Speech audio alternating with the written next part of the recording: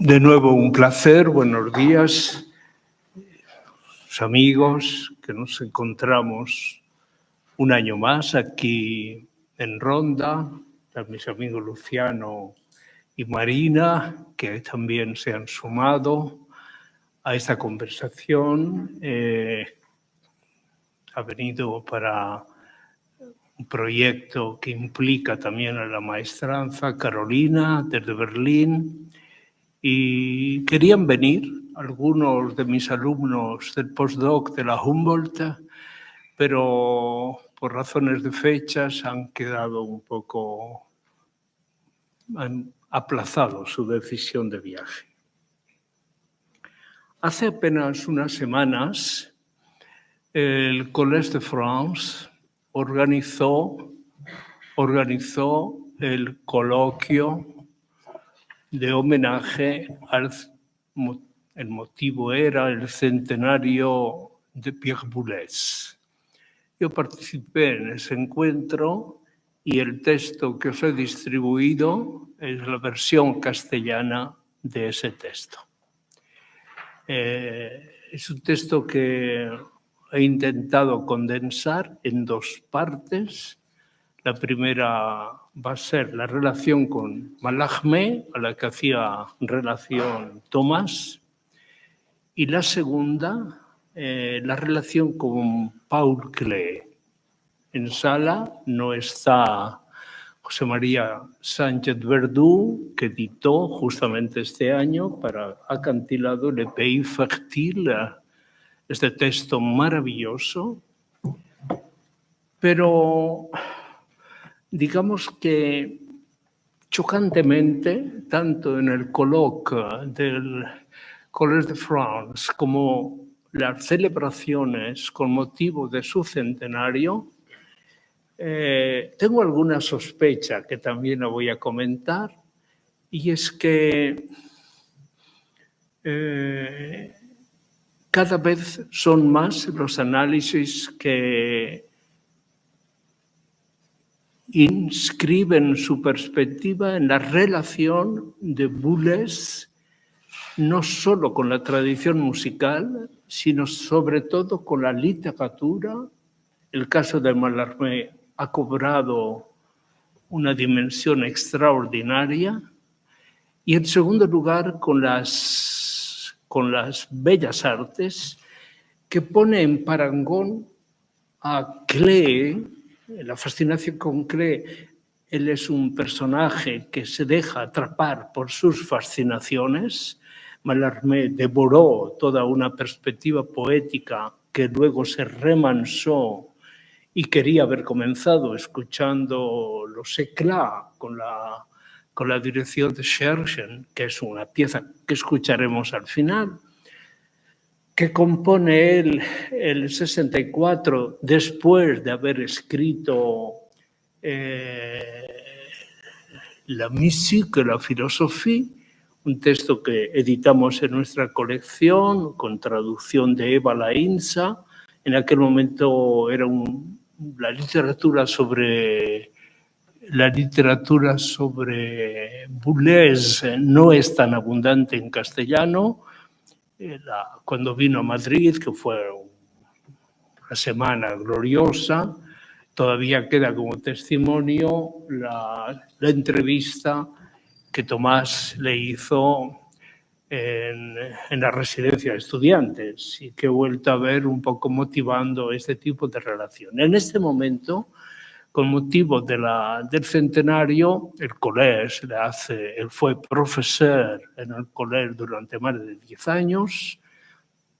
Esa dimensión que Boulez ha tenido siempre como enseñante, tanto en el IRCAN frente al ensemble, pasa después a ser hoy más considerado como gran director. No se olviden que Bayreuth le encargó el Parsifal en primer lugar y luego le encargó la tetralogía. La tetralogía hizo un gesto heroico para dirigir la tetralogía con las condiciones de intervencionismo que tenía entonces Bayreuth sobre el gusto y sobre la tradición interpretativa. Pero es muy curioso que ahora Genève, que es una École de Beaux-Arts, tiene su museo, la exposición que le ha hecho con respecto al centenario ha incorporado todavía más la perspectiva de su relación con las bellas artes.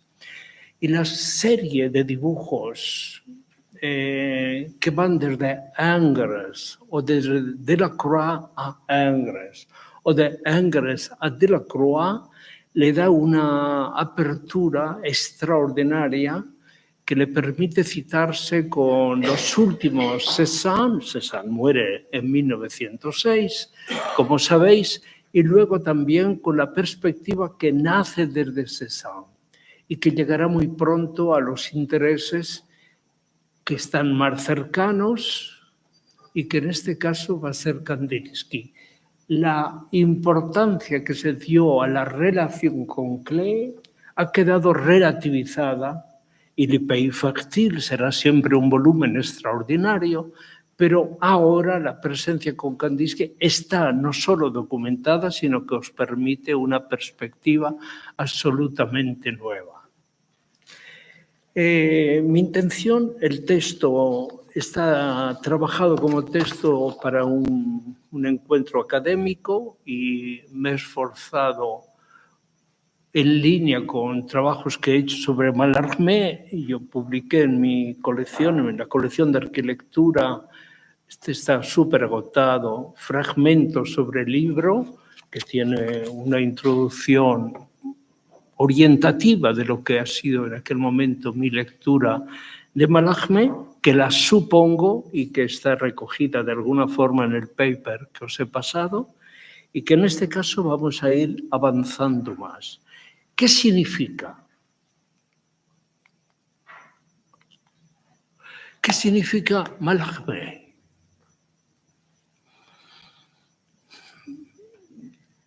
Normalmente, y esto es una recuperación importante, cuando se plantea la crisis cultural del fin de siècle, la crisis se hace pasar por Viena.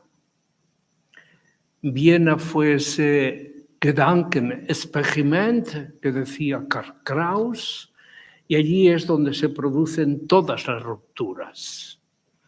Evidentemente, si hablamos de música, habrá que esperar solo a 1909-1911, desde el Adagio a la décima incompleta de Mahler, a la aparición de la Harmonie Lege de Schönberg.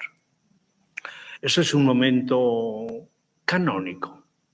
Cada vez que se interpreta la crisis, Mitteleuropa es el escenario, pasa fundamentalmente por Viena. Habrá que esperar al final de la Gran Guerra, cuando los grandes teóricos vieneses se desplazan a Berlín. Berlín no tiene voz en la primera y segunda década, pero a partir de 20 es cuando inmediatamente después de la muerte de Busoni, por ejemplo, llaman a Schönberg como director de composición y pasa a ser fundamentalmente a partir del año 23, las voces y los registros han cambiado. Mientras tanto, sí que en el medio ambiente cultural alemán ha nacido toda esa, llamaremos, emergencia formidable que se llamó expresionismos. Los alemanes nunca amaron el impresionismo. Es muy difícil encontrar impresionistas en las colecciones alemanas. La definición más radical la dio Hermann Bahr, que digo que era una complacencia burguesa naturalista. No, seamos serios. Lo dice Bahr, que es el crítico más reconocido no solamente a nivel cultural, sino a nivel musical en todo el contexto alemán. Cuando aparece alguno, no hay que tener muy en cuenta. Hay un arquitecto formidable en este momento que se llama Tessenov, que tiene un reconocimiento espectacular en todos los sitios.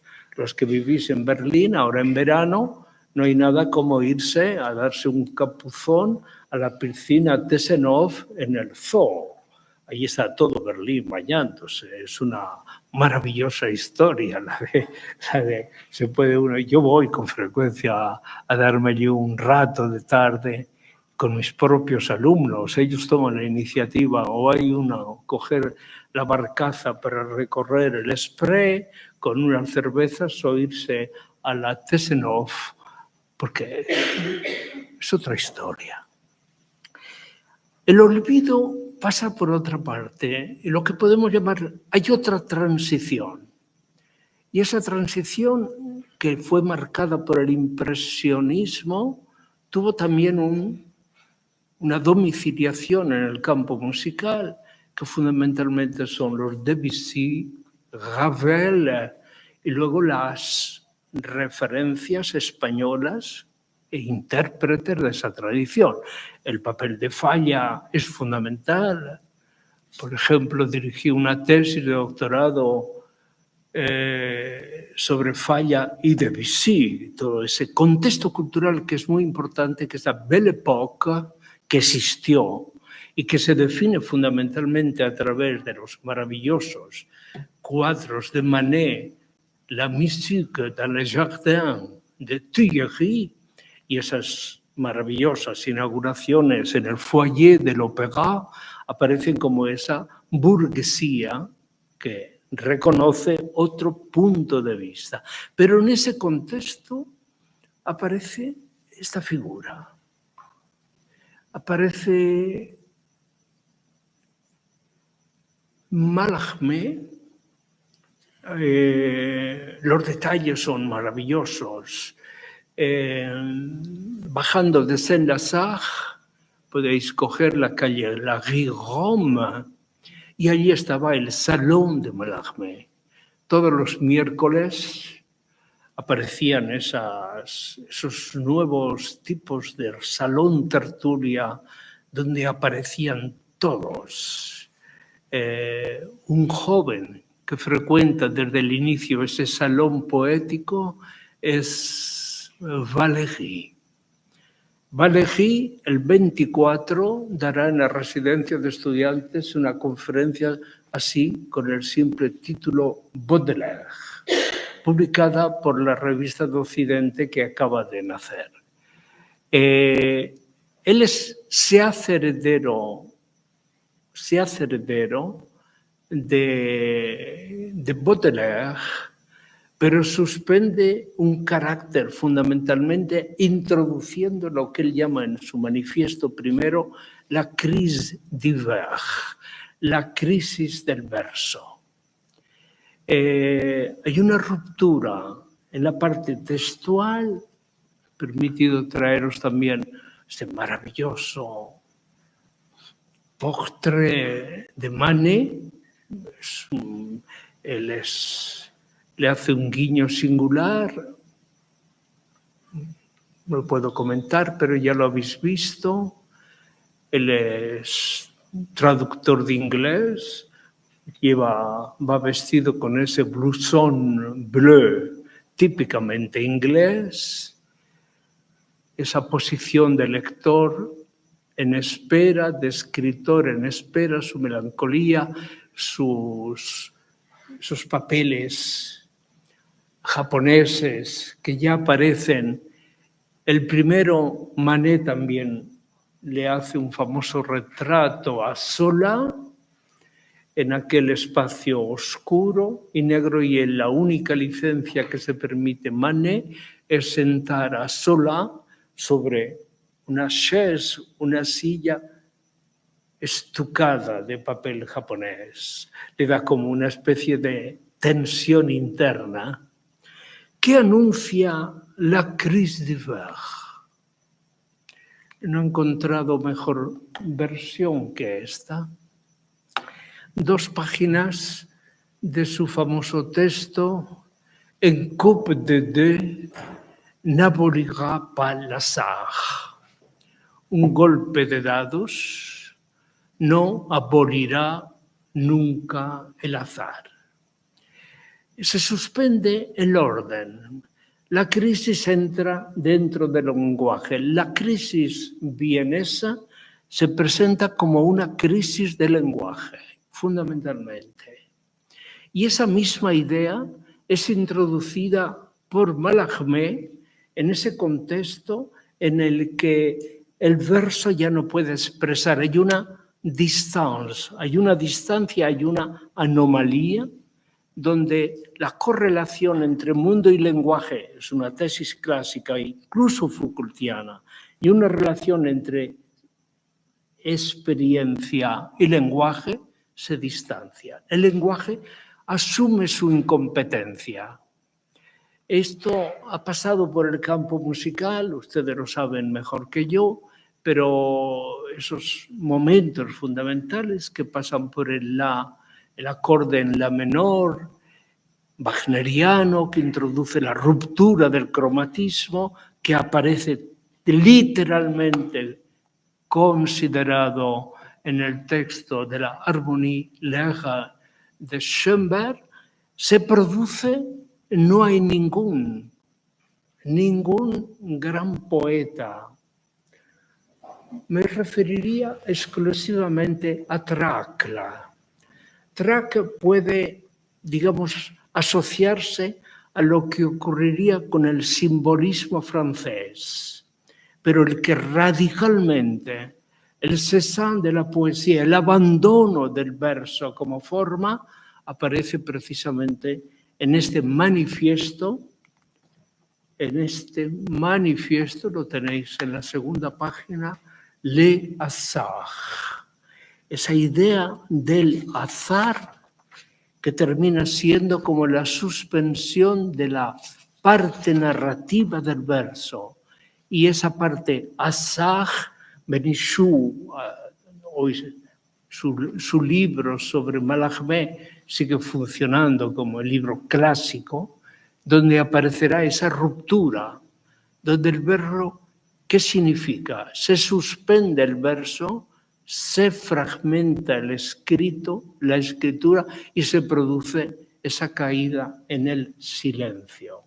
El silencio es lo que queda, es un espacio que por primera vez es cuando me pone que hay que aceptar, ¿qué quiere que tengo que aceptar? No, pero no lo vamos a... Eso te toca a ti vigilarlo, porque yo no... Miguel desea aceptar. Eso ocurre en los aparatos viejos. A mí me pide aceptaciones imposibles. Digamos, yo tengo un Mac viejo y me hace sufrir. Bueno, no quería llegar tan rápido, estar en Le Hasard, que es un poco, os pido, si tenéis algún ratito este verano, que leáis mi texto, donde está tematizada esta crisis asociada a Le Hasard.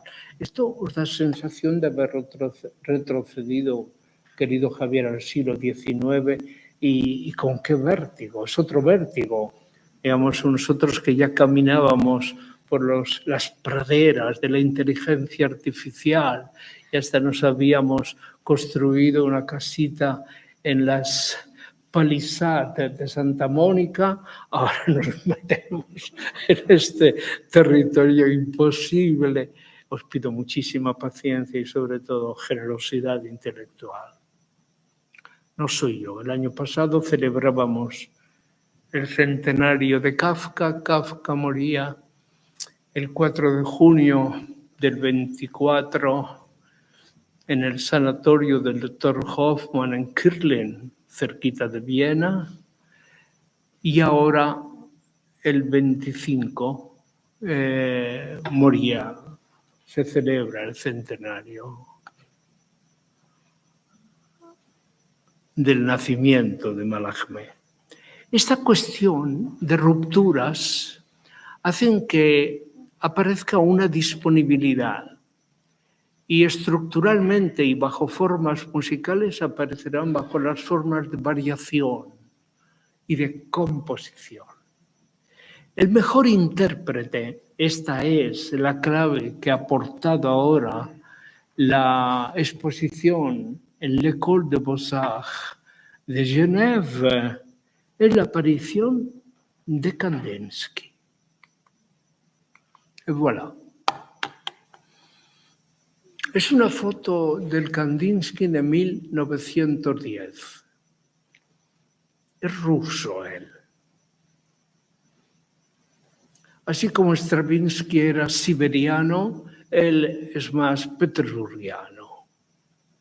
Con una amiga alemana, Gabriela Mutzner, se ha hecho una gran exposición en París ahora sobre Gabriela Mutzner, viven al sur de Múnich, una pequeña Murnau, un lugar maravilloso, que viven a 4 pasos de Múnich. Múnich tiene una vida cultural espectacular, tiene escorte, Múnich, no hay que olvidarlo, siempre esa oposición entre la protestante Berlín y la católica Baviera, nunca se ha resuelto este tema, afortunadamente, y sigamos inspirándonos de ese luteranismo del norte que nos hace más modernos.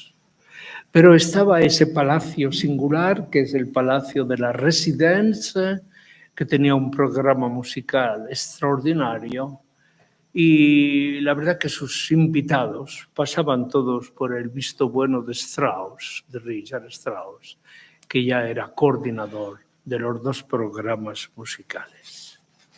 En aquel momento, y es muy curioso observar que la nueva monografía sobre Boulez aparece lo que ustedes tienen delante.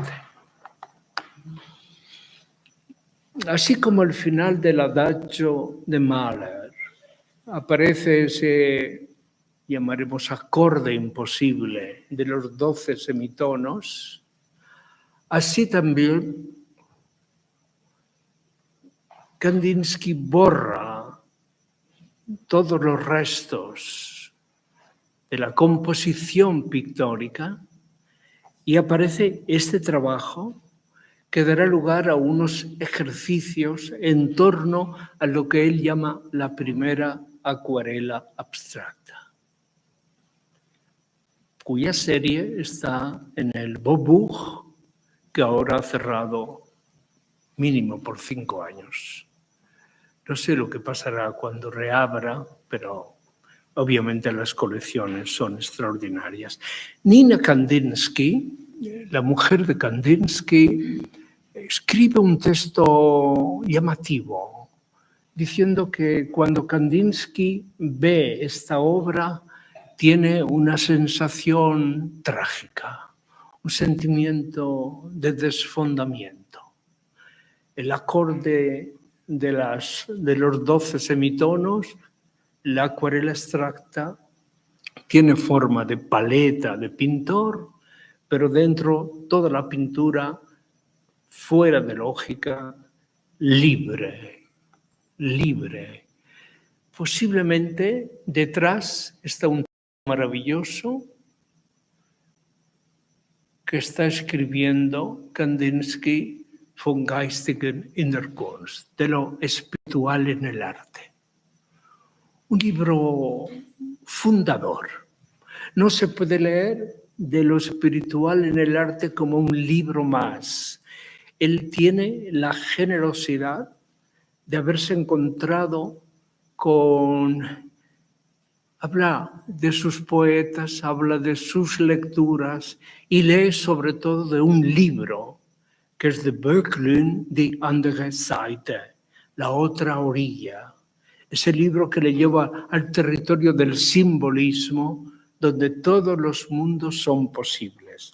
Esta primera se corresponde con la que definitivamente se considera primera acuarela abstracta. Tendríais que imaginar un contrapunto ahora. El contrapunto que relaciona Cézanne con Kandinsky. Escribe sobre Cézanne y escribe sobre Picasso. Ha viajado a París 2 veces y él ahora descubre que Cézanne es el final de toda una tradición. El texto de nuestro amigo, infinito texto, Cézanne estaría, digamos, caminando en un proceso de abstracción. Picasso lo decía, cuando le hacían una pregunta que le podía parecer difícil, decía: esa pregunta, hacédsela a Cézanne, él es el responsable de todo. Ese ser responsable de todos. Hay que tener en cuenta que el trabajo de Kandinsky entra dentro de una recherche de ese concepto que todavía no aparece. Es la tercera pieza de la serie que ya va a comenzar. Ahora Kandinsky introduce ya un término musical, y ese término musical es el de variación. El concepto va a tener 2 fases: variación, composición.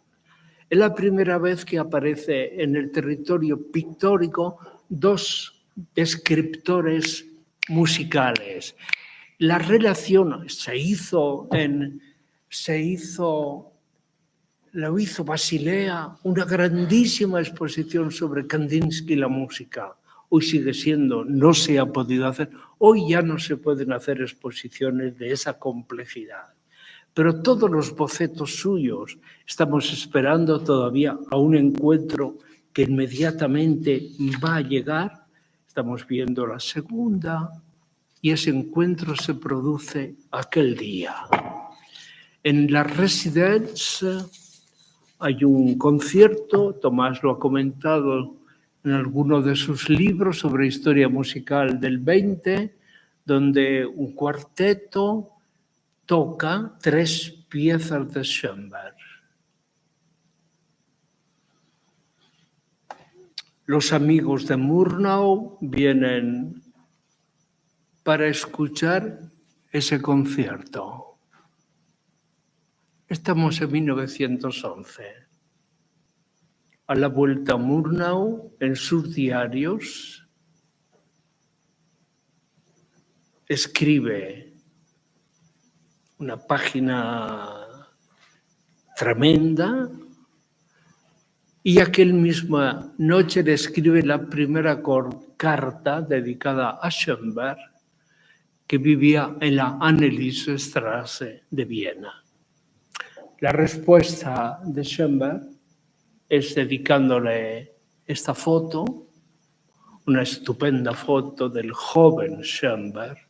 Ha publicado Harmonie Legge, dice: usted pinta, yo sé lo que pinta, pero esta es mi música y esta es mi poética, que está recogida en el maravilloso texto de la Harmonie Legge.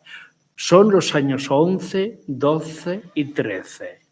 Paralelamente, y aquí sí que el salto lo debemos dar, las razones, el Stravinsky del 13, Consagración de Primavera, Pájaro de Fuego, lo que venga, esa explosión del Stravinsky del año 12 al año 14 y 15 es espectacular y superará todo lo que se está, digamos, convirtiendo en las primeras formas del dodecafonismo. Seguirá Kandinsky, no quiero multiplicar esto, pasando de lo que serían las formas de la variación a las formas de la composición. He dado un salto muy rápido, pero hay una lógica interna donde los elementos pictóricos ya han encontrado su situación dentro de otra lógica compositiva. La variación explora, la composición configura. Da forma, pero no es forma. Es un proceso que lo podéis revisitar en esas piezas más líricas y más relacionadas con Klee. Si existió alguna amistad profunda, inseparable, fueron la de Klee con Kandinsky.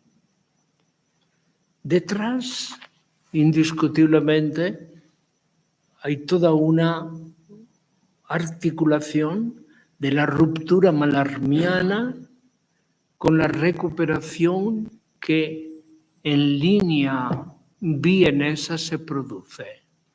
No hay un encuentro especial. Sabemos que las fidelidades son muy singulares, digamos. Ahora, por ejemplo, que Tiedemann pasa a Berlín como director de la Philharmonie, que ha dejado la orquesta, considero que es una orquesta maravillosa, que la Dresdner Kapelle pasa directamente con un bagaje, y es curiosísimo que se haya despedido con Die Frau ohne Schatten, la mujer sin sombra, que es una pieza. Es curiosísimo que Strauss manejara un registro. Siempre que viajo a Viena se lo he propuesto a Víctor, me ha dicho que sí, pero creo que lo podemos hacer. A lo mejor os gusta el chocolate, y si hay una tarta de chocolate, esa es la Sacher. Y Sacher, en fin, sigue siendo el lugar para tomarse una tarta de chocolate, pero he descubierto un secreto en el Sacher Hotel. Allí está, en un reservado del Sacher, hubo un encuentro entre el Führer y Richard Strauss. Es un encuentro, yo conozco, me precio de conocer a los maîtres de mis restaurantes preferidos, buena costumbre, Javier, pero luego el que se llamaría gerente del Sacher, lo conozco por otras razones, le dije, tendría mucho interés de ver el reservado, que se conserva exactamente, donde el Führer y Richard Strauss se vieron. Richard era anti-Führer, pero la mujer de Strauss tenía unas nietas que ella quería salvar a toda costa y le dijo, ¿puedes hacer alguna concesión asistiendo a la comida con el Führer? Bueno, le dice, sepa usted que no entra dentro de mi competencia. Quería encargarle de la coordinación musical del Reich. Era demasiado, ¿no? Dice, bueno, de esto hablará usted con Goebbels oportunamente. Y Goebbels, sin más y sin menos, le encarga la marcha de ouverture, de inauguración de los Juegos Olímpicos del 37. Imaginaros a Strauss dando ese salto en el abismo, de esos que estamos dando esta mañana aquí, gracias a las intervenciones tan tranchantes, que terminan, pues, le dice Goebbels, no, mire, mi encargo tiene que escribir esto. Él lo escribe y se libró de todo un tormento cuando la crítica musical berlinesa llamó a aquella intervención eine como eine koreanische Marsch. Parece una marcha coreana. El mayor desprestigio eine koreanische Marsch, pero que al mismo tiempo libera a Strauss de otras obligaciones, y sus nietas ya habían viajado a Lucerna, cosas de aquellos años. Esta variación responde ya en los años 20 a una mayor lírica en todos los términos, esa composición explícitamente musical que sirvió de afiche para la exposición de Zúrich, y al final, allí me gusta esa suma de trabajos que Kandinsky inaugura en una de las salas de Weimar, cuando ya la Weimar Schule, la Bauhaus, está funcionando. Termino cerrando una primera parte. La crise du vers, la crisis del verso, que introduce en su famoso texto, que es casi un manifiesto, Mallarmé tiene ese desarrollo con unas exploraciones que poesía y pintura, en este caso pintura, desarrollan durante todo ese periodo. Kandinsky, que posteriormente y en los años de la guerra, de la Gran Guerra, escribirá un texto complementario al primero de lo espiritual en el arte, escribirá punto y línea sobre el cuadro, libera a la pintura de todas sus dependencias o deudas naturalistas y que pueda comenzar esa exploración geométrica a la que él llamará composición. Hay una libertad que adquiere el arte y figúrate, esta exposición, que es del año 23 en Weimar, está construida como, me gusta el sentido austero. Cuando me quedo a dormir en la residencia de estudiantes siempre tengo la sensación de que aquella cama la ha diseñado Gropius, estrictamente para... porque él, claro, él es de los luteranos que dicen que las camas son para dormir y descansar y nada más. El concepto francés de cama, XXL, eso no existió en la Bauhaus. Gropius en eso es ejemplar y yo, que soy en el fondo muy ascético, no como Víctor, que sabes, se aloja en la casa del placer, pero estamos, digamos, construyendo un buen... Yo he aprendido de Víctor casi todo lo que tiene que ver con mi educación sentimental. No me dirás que no te dejo bien. Como maestro de ceremonias de una... Es Flaubert, pero vamos, tú es como si fueras mi Flaubert de la educación sentimental. ¿Qué te voy a contar? Ahí tienes esa exposición con esas maravillosas sillas francesas que organizan ese triunfo del artesanado en esas maderas y que aparecen en todos los salones. Acabo de hacer mis 5 seminarios en la école sobre l'interieur bourgeois dans le roman français del 19e, comenzando por la casa de Emma Bovary y terminando con el appartement de Proust. Baudelaire se fijó en el boulevard y sus figurantes, los voyeurs, el boulevard. Benjamin dio un salto y describió Le Passage. Y en el Passage ya entraba el aspecto nocturno y los que habían superado el boulevard ya se miraban en los espejos con los mercurios dormidos que solo daban el fantasma, es decir, el espectro. Y allí se terminaba la promenade. No, yo he introducido que si hay una primera parte que es, ¿cómo es? El boulevard, una segunda que es el passage, el tercero es l'appartement. Y la gran invención del 19 es l'appartement. Hay una mistificación porque evidentemente el salón es ya las grandes damas. Estábamos hablando esta mañana y os podía haber puesto una imagen preciosísima que está en el Musée de la Ville de Paris, como Madame Vichy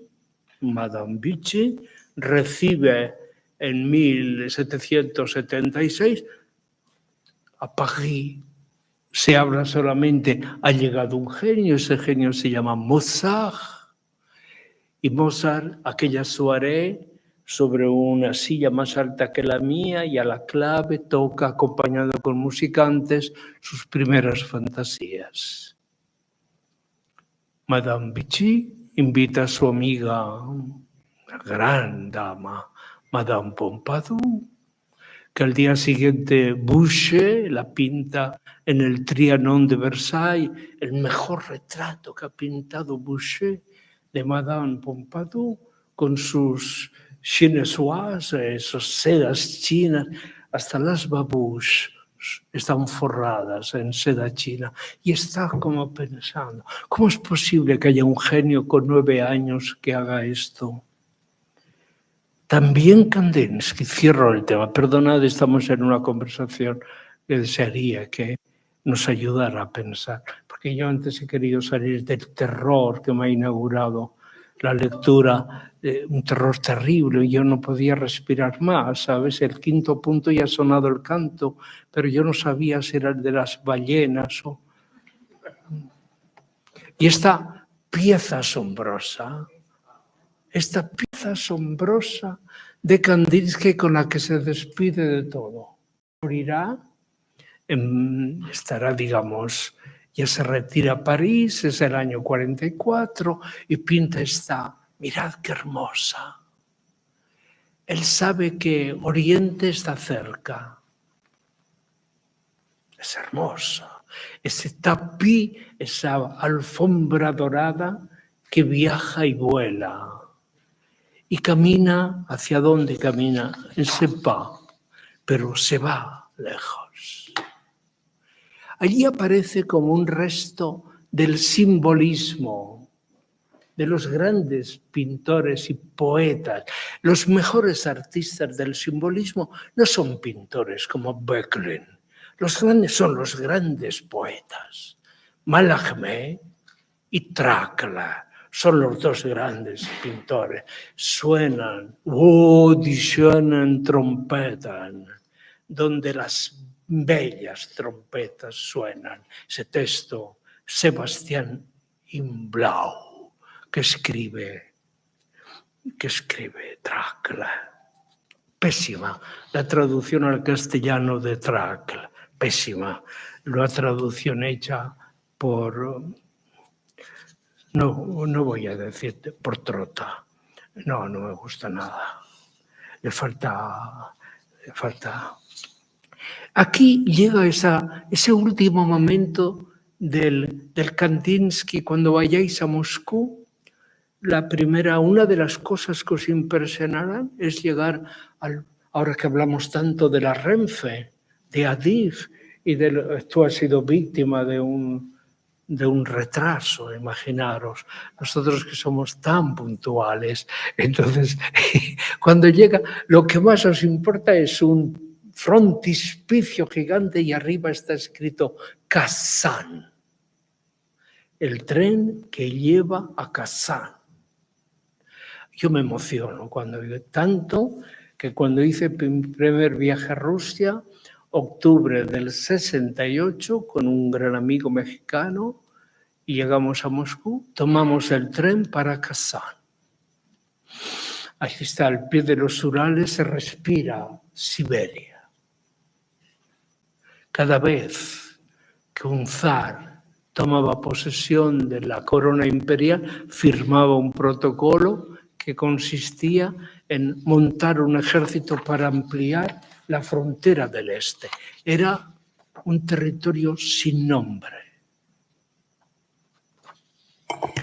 Y en la exposición de Genève, que está organizada en torno a un concepto que considero muy importante, que no solamente es Le Fragment, sino que es un texto fundamental de Mallarmé, que es que la obra hay que considerarla como un momento de l'inachevé, de lo inacabado. Inachevé. No lo traduzcamos, porque aunque parezcamos cursis, pero es mejor dejarlo así. Inachevé, es decir, traduzcámoslo porque tú te ríes, inacabado. Es decir, pero tiene más fuerza, sí, porque lo dice Mallarmé y inachevé. Entonces estamos ante es lo inacabado. La potencia de la escritura es explorar lo inacabado. De esto se encargará. No os olvidéis de esta pieza maravillosa, que es un santuario de un ruso. Dice Kandinsky, no hay luz más bella que los rojos en otoño en la plaza del Kremlin. No hay luz más bella que los rojos en otoño en la plaza del Kremlin. Esto lo ha escrito después otro ruso, Brodsky, Josip Brodsky. Maravilloso Brodsky, maravilloso Brodsky.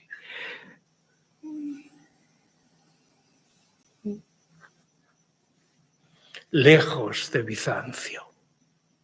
Voilà, Bizancio. Ese cuadro se podría llamar Bizancio. Cuando se tomó, cuidado, cuando se tomó Constantinopla, 1452, el patriarcado se desplazó a Kiev.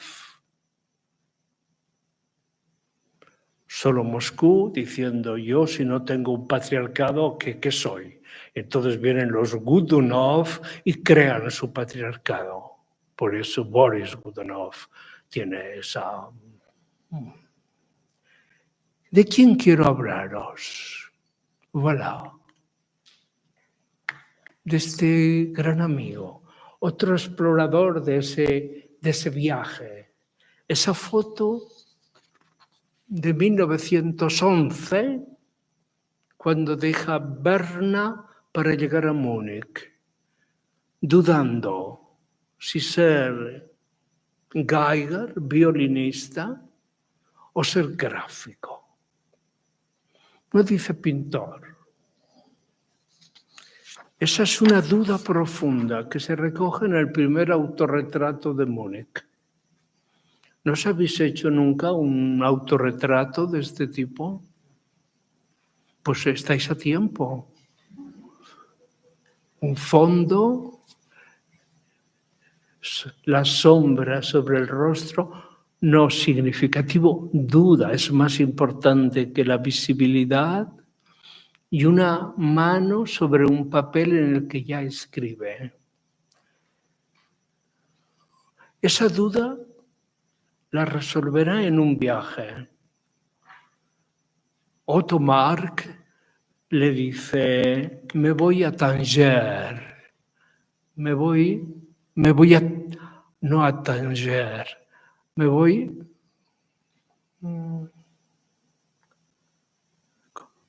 después de Argelia, ¿qué país viene?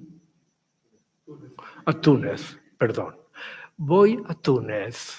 ¿Quieres venir? Y aquí se cuenta en esta página del Tagebuch, del diario de Klee, cuenta precisamente cómo al ver a Marc pintar unas acuarelas de Kairouan, él decide ser pintor. Difícil, tocará el violín toda su vida, pero a veces dice que lo tocaba para el gato. Digamos que era muy doméstico, una persona extraordinaria. Y regresa. Y aquí lo que ha escrito José María, felicítale de mi parte una vez más. Qué difícil que es ver a José María. Compartimos viajes y nunca me lo encuentro.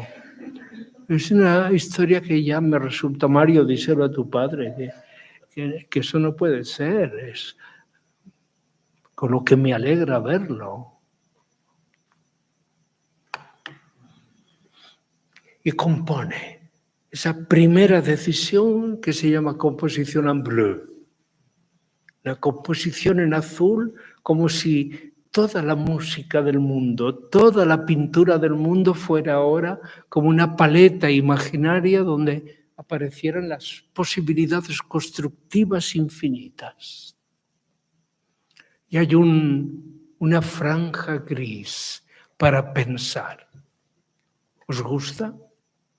Es maravilloso, ¿no? Los intervalos. ¿Y por qué? Pues podéis daros la vuelta si queréis. Bueno, esto no es malo, pero eso es mejor. Pues si queréis daros la vuelta, por mí no hay ningún problema. Pues yo también lo notaba, que esto era... Ya que, Miguel, ¿a qué se debe que esta pantalla...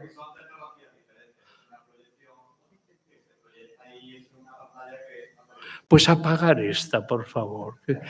Como ya quedan pocos, vayamos directamente a aquella pantalla.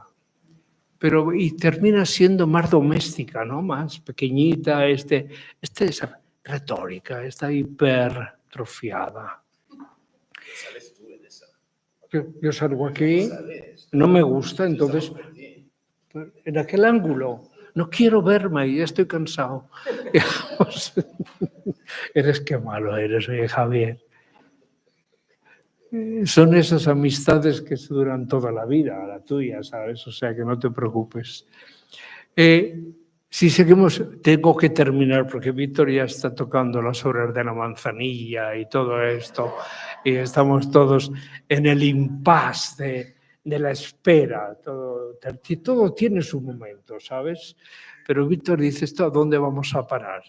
Entonces, allí aparece una duda, ese intervalo gris, es una pieza del 22, se comunica con este ángel. Angelus Novus. Angelus Novus, es mejor verlo allí, que más tarde Dora Benjamin, la mujer de Benjamin, se lo comprará como regalo de aniversario a Benjamin. Y pertenecía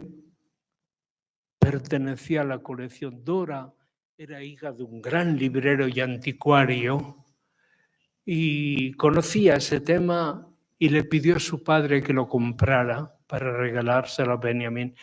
Benjamin, cuando escribe aquel texto, La última habitación de hotel, siempre viaja con el Angelus Novus. Es un papel emocionante, esa anomalía que de nuevo precipitará en la noche, en la composición. Daros cuenta que la crisis del verso, Lina Jeveux, da una libertad a la obra de arte, que la interpreta tanto los que pueden ser los grandes poetas del simbolismo como los grandes maestros de la pintura. Voilà. Estamos entrando en la noche. Siéntate aquí conmigo, tú, aquí. Porque exagerado. Mirad este cuadro, donde aparece esa... Todavía no ha aprendido una cosa él, y es que junto a los múltiples objetos geométricos y no geométricos, restos fisiológicos, falta todavía las letras, la famosa R que aparecerá muy pronto. Esa noche descansa en una especie de aurora boreal. Ese tingladito teatro, un teatrino inspirado en las Marionettentheater de Hoffmann, un libro que él lee permanentemente. Marionettentheater es una pieza que le inspira a él, como una especie de juego del teatro más. Piensa que Kleist y Hoffmann una correspondencia interesantísima. Kleist se suicidará en uno de los parques del norte de Berlín. Kleist se convirtió para todo. Kleist. Me aparecen esas últimas variaciones que dan juego líricamente. Soy muy deudor de estas piezas. Y es por eso que me he permitido reconstruir la secuencia. Toda la pintura queda reducido al instrumental posible de un juego matemático o una referencia musical que Gochón ya ha identificado. O ese viaje, miradlo. Hay una reducción in extremis, o el nocturno final que aparece precisamente en esta página, y que de alguna forma quiere él reconducir a una pieza que José María ha incorporado muy oportunamente, que es otra vez diferentes caminos. No hay un camino, hay diferentes caminos. Aunque para el momento en el que pinta se está cerrando la Bauhaus, tiene que volver a Berna, Kandinsky volverá a París, morirá en Neuilly, donde estaba la casa principal de los Kandinsky, y ha estado la colección, hasta el último momento, una gran cesión al patrimonio francés, por eso está en el Bobujo. Y allí, de nuevo, un cierre casi metafísico, donde todo el horizonte se cierra. He sido un poco exagerado al elegir esta pieza, pero me importa mucho que sea eso, porque es así que puedo ir hacia el final. ¿Qué te parece? Una geometría encerrada, aquella geometría que Durero puso en Melancolía 1, Melancolía 2, esa geometría que impedía el regreso y que se reproducirá en algunas piezas de Quirico, aquí aparece cerrada sobre sí mismo, inamovible, y que de alguna forma rescatará ese tablero en el que aquel azul y aquel blanco todavía crean la espera, vigilada por un ángel del 39, que lo tengo en mi estudio, el ángel que espera y que está en el Bobuj. Ese ángel que duda. Se acaba de editar un book con los ángeles del 39 y he tenido la suerte, es una edición numerada y me han regalado el volumen. ¿Puedo regalaros alguno? No he decidido todavía qué hacer. O sea que podría haceros posiblemente La espera del ángel. Sugiere ese cuadro extraordinario de este final, que no tiene explicación. El horizonte se ha manchado de rojo y el rojo lo dice al final. Fijaros,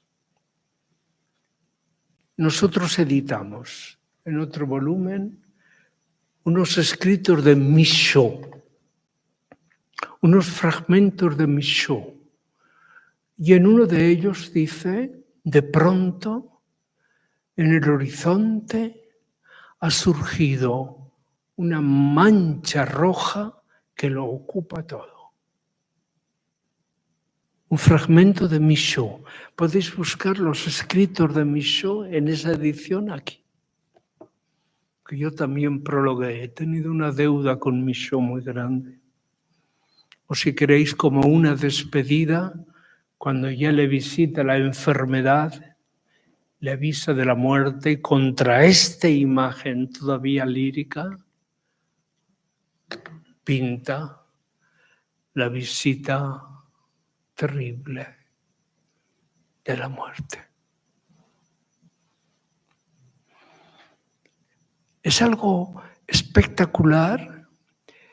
En Lugano hice hace 2 años la exposición de los dibujos de los últimos 3 años de Klee y pude traer esta en Berna.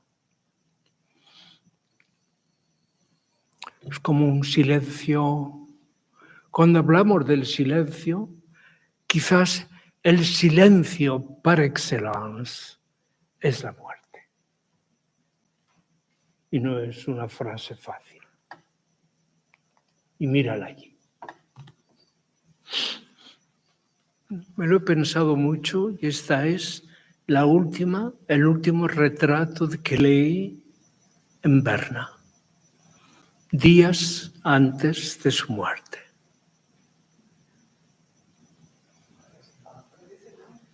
¿Cómo?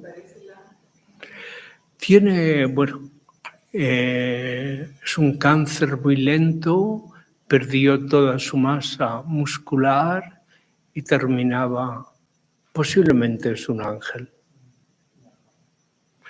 Y ahora, para terminar, porque esto era sobre Boulez entre Mallarmé y Paul Klee, vamos a escuchar la versión de Scherzen para 15 instrumentos de Éclat del año 65. Quiero que luego haga una consideración Tomás sobre esta pieza. Dale fuerza.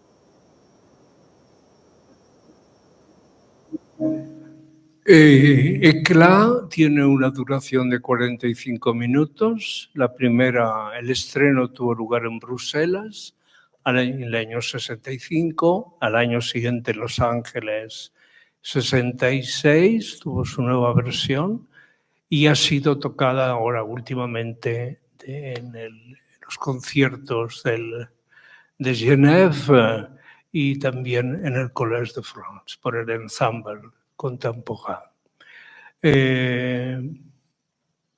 Silencio, hay un silencio en esa última foto de Clé Ángel, esa crise d'hiver que anunciaba Mallarmé y que atraviesa toda una larga experiencia musical y pictórica donde se disuelven y se vuelven a construir las imágenes.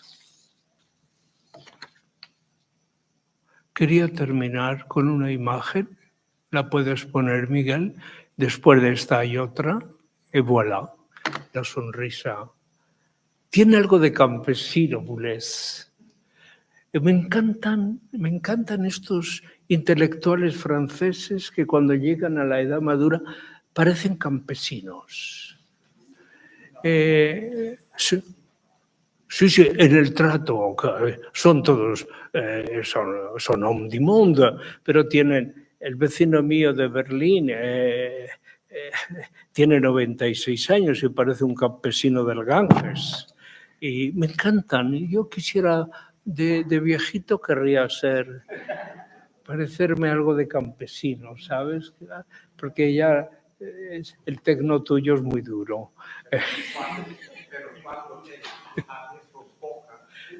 Claro.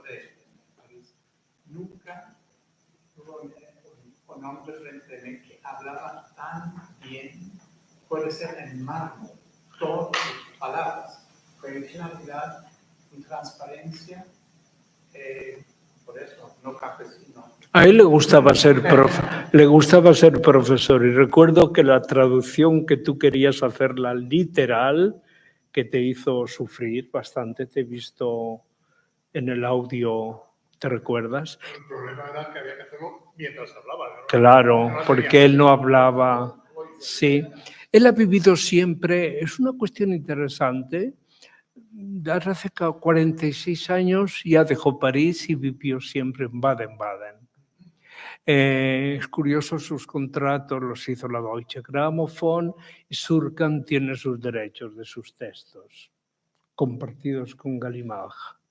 Pero es ese refugio Baden-Baden que termina siendo una pequeña retiro de ese universo tan mundano. Sin embargo, el ensemble ahora se restaura también el edificio del IRCAM y era una deuda con Boulez traerlo a nuestro seminario de Ronda, aunque sea de una manera tan sui generis como yo lo he hecho. Muchas gracias.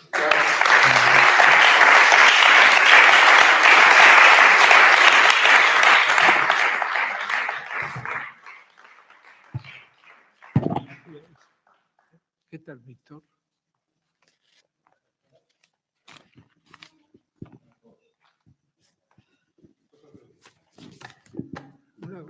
Un comentario tuyo sobre Eclat, me gustaría. Bueno, realmente lo que hemos oído es una work in progress, como casi todo. Sí. Todo lo que ponía Boulez. Es una work in progress porque esta obra, la versión del 67, que no es la que hemos escuchado, sí. La primera versión es del 67, pero luego tiene sucesivas versiones que incluso van cambiando de título. Este es el título penúltimo, que se llama Ris. Es una obra que para mí es interesante, la evolución que tiene a lo largo del tiempo, porque nos lleva, en realidad es su conferencia, nos lleva desde Mallarmé hasta Clé. O sea, Boulez es muy francés, hasta un determinado momento. Mallarmé en él está muy presente, Plis et Plis, que es el retrato de Mallarmé, por parte, es una obra maestra y es una obra que, bueno, desgasta musicalmente toda la esencia que podía tener Mallarmé. Pero luego ocurre el conflicto grande que tiene en Francia con Landowski, que por otra parte era una persona que fue muy importante para la música francesa, tampoco es cuestión de meterse con Landowski, pero bueno, él se va exiliado personalmente, enfadado con las instituciones francesas, se va a Baden-Baden, donde empezará su carrera de director, y gracias a que se va, no es que empezara su carrera de director, ya había dirigido mucho, a partir de los conciertos del Marigny, el Opéra Musical, todo eso, pero no era una carrera de director, digamos, de divo de la batuta, en la cual se acaba convirtiendo, porque acaba siendo director de la Filarmónica de Nueva York, nada menos. Acaba dirigiendo en Bayreuth nada menos que la versión de Pierre Scherot, que es mítica en todos los montajes de Wagner, ¿no? Y bueno, pues gracias a eso hizo una grandísima carrera como director de orquesta, que no es porque no hubiera dirigido antes, pero lo hubiera hecho muy distinta a Francia, digamos, ¿no? Y a partir de ahí, él se empieza a interesar, yo creo, por Klee más en este momento. Eso no quiere decir que pierda su interés por Mallarmé, no lo pierde, pero desde el punto de vista de las estructuras le influye más Klee que Mallarmé. Mallarmé le influye desde el punto de vista, digamos, de la atmósfera, en algún sentido, ¿no? Poético, exacto. Y bueno, si vemos las versiones finales de Claude o de Sur Ansys, o como lo queramos llamar, porque tiene muchos títulos, y la comparamos con Plis selon Plis, veremos que son del mismo compositor, evidentemente, porque la mano de Boulez es Boulez, pero obras muy diferentes desde el punto de vista del espíritu de la composición. Y yo creo que eso además le vino bien a Boulez. Después Pompidou lo llamó con toda clase de trompetería para hacer el vino Lircam, montó Lircam y se fue de Lircam. Lo dejó en manos de sus continuadores y siguió dirigiendo por el mundo y viviendo fundamentalmente en Alemania. En el sur de Alemania, que era lo que le gustaba. El norte de Alemania no le gustaba. No, Baden-Baden era su casa. No sé. ¿Queréis algo más sobre...? No, espléndido. Ya estamos aquí para hablar de tu conferencia. No, pero has ilustrado ese cambio que es muy importante. Sí, es importante. Fíjate que él ha sido el único compositor que ha tenido una cátedra en el Collège de France. Y él estuvo en el Collège 16 años, prácticamente hasta fechas de jubilación. No hubo continuidad. No se ha invitado a nadie, a pesar de que él era de una hospitalidad exquisita y pasaba por sus seminarios tutti quanti. Es decir, he podido yo conocer a mucha gente invitados por él. Pero él, su trabajo como profesor, y ahora ha habido, dentro del coloquio del Collège, ha habido una sección que lo titulaba precisamente él, sobre las conferencias sobre filosofía y música, son prácticamente un curso de conferencias del Collège.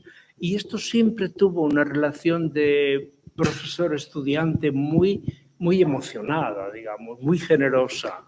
Las polémicas le acompañaron siempre. Sí, bueno, él cambió mucho personalmente y para bien.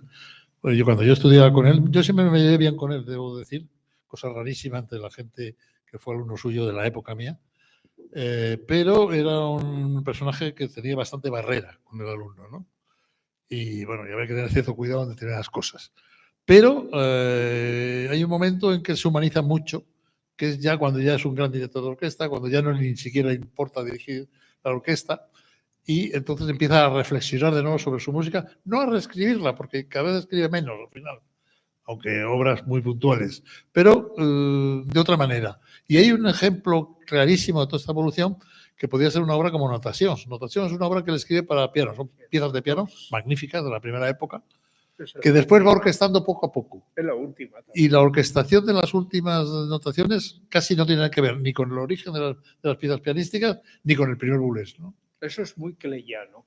Exactamente. Eso es muy kleyano. La variación dentro de la propia obra que va dibujándose en perfiles. Bueno, preguntarle a Paco, que es el que tiene que hablar.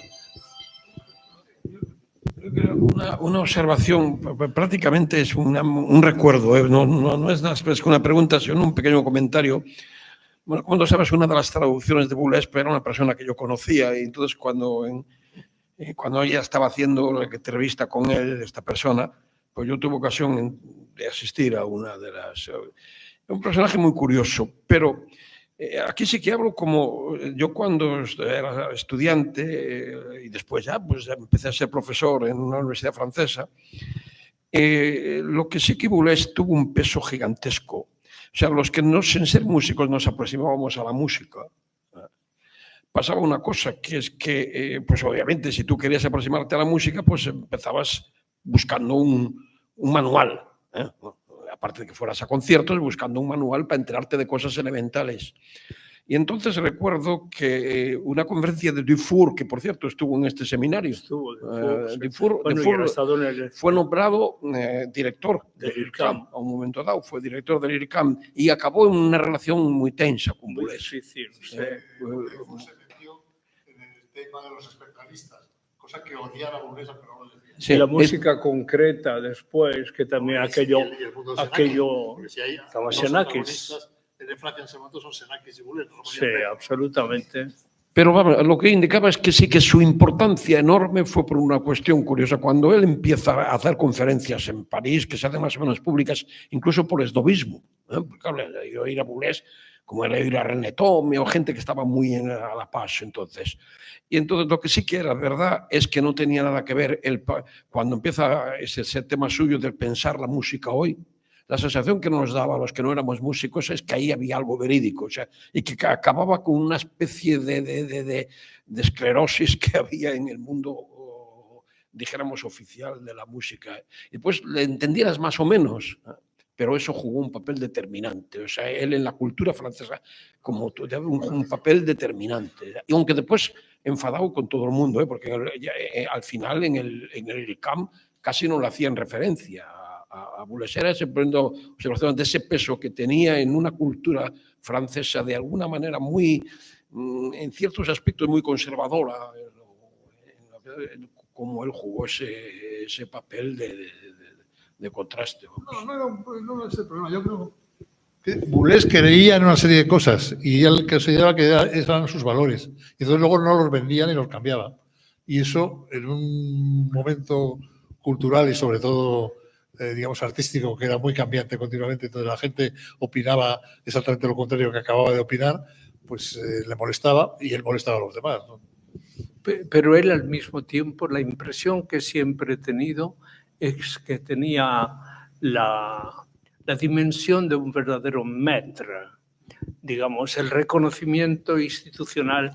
A los franceses les fastidió un poco el éxito de la tetralogia y además dirigida hecha con Sí, Chéreau. pero luego le perdonaron porque llevó a estrenar a París la Loulou, la versión de Serja y la estrenó él, ¿no? Ya, la Loulou la volvió a hacer incluso 20 años después porque era como una provocación que no había sido aceptada. Se hizo la Bastilla, digamos que Loulou se hizo en Bastilla. Y sin embargo, el reconocimiento alemán es mucho más significativo para él que el reconocimiento francés. La institución IRCAM ha sido una de las naves de innovación y de reflexión más importantes de la música contemporánea. No hay ningún, después de Darmstadt vino el IRCAM, no hay otro. Y el puente que une Darmstadt con ha sido él.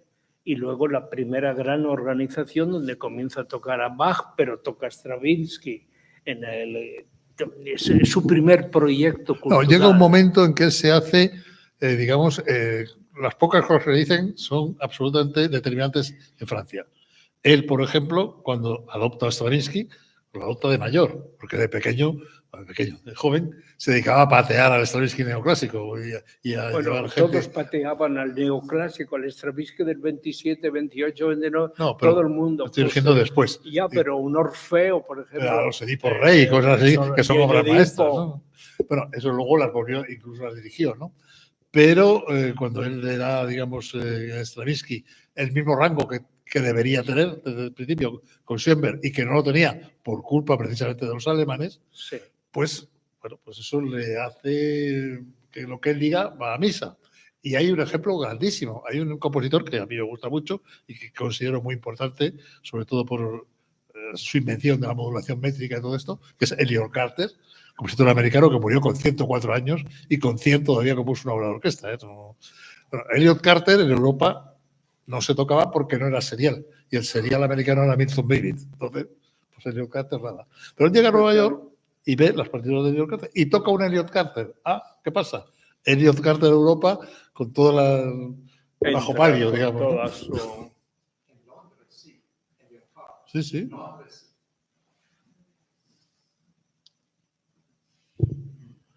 Cosas. Bueno, ha sido un placer Pues nada. volvernos a ver Muchas gracias, Paco. y seguir comentando, Tomás.